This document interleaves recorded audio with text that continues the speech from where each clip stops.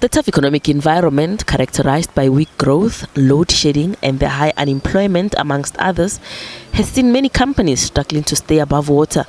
Some have been forced to decide whether to go into business rescue or even liquidation. Business rescue is supposed to save the company from difficulties by giving it breathing space to find a way to continue operating on a solvent basis. Liquidation, on the other hand, is the end of the business, where assets are sold and proceeds are distributed to creditors. Attorney Francois Uys says most of the companies approaching his firm for business rescue usually have difficulties with the tough economic environment, tax issues, and the lack of skills. I do think that the business rescue process do get abused by certain individuals, whether it being business rescue practitioners or attorneys. Obviously for fees, they set it up in the business rescue so the business rescue practitioner may create fees, and then ultimately in liquidation the attorney gets the fees as well. Now it needs to be noted that all these costs relating to a liquidation gets paid by the state. So the directors don't pay it out of their personal pockets. So once it's liquidated, it gets paid from the assets. So in essence, at the end of the day, the creditors gets less because there's more administrative costs involved. Business rescue practitioners Genesis Corporate Solutions says business rescue is a creditors-driven process and they have to be engaged extensively. The organization says that compared to the business rescue, it costs more for a company to go into liquidation. When a company goes into business rescue, obviously, it's regulated in terms of the Companies Act. The fees of a practitioner are also, regulated in terms of the Companies Act. So there is a tariff that is applicable to business rescue practitioners. So a practitioner cannot just charge cost willy-nilly.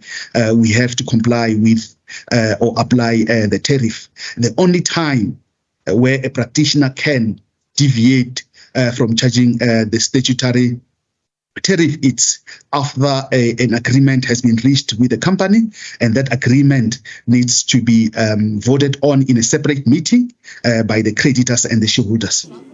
Troubled companies are advised to choose wisely when looking for a business rescue practitioner to avoid being duped by unscrupulous firms out to make a quick buck and not looking out for the best interest of the business.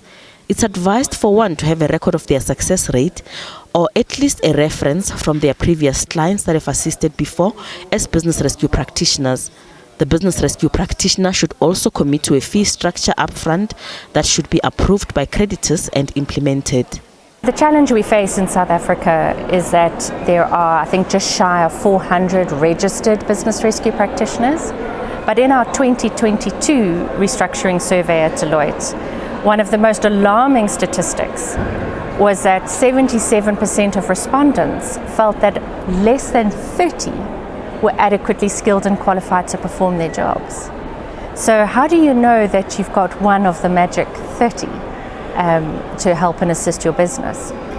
Now, there are a number of professional bodies that give accreditation to business rescue practitioners. And you would want to ensure that the business rescue practitioner that you are engaging is accredited through one of the larger professional bodies.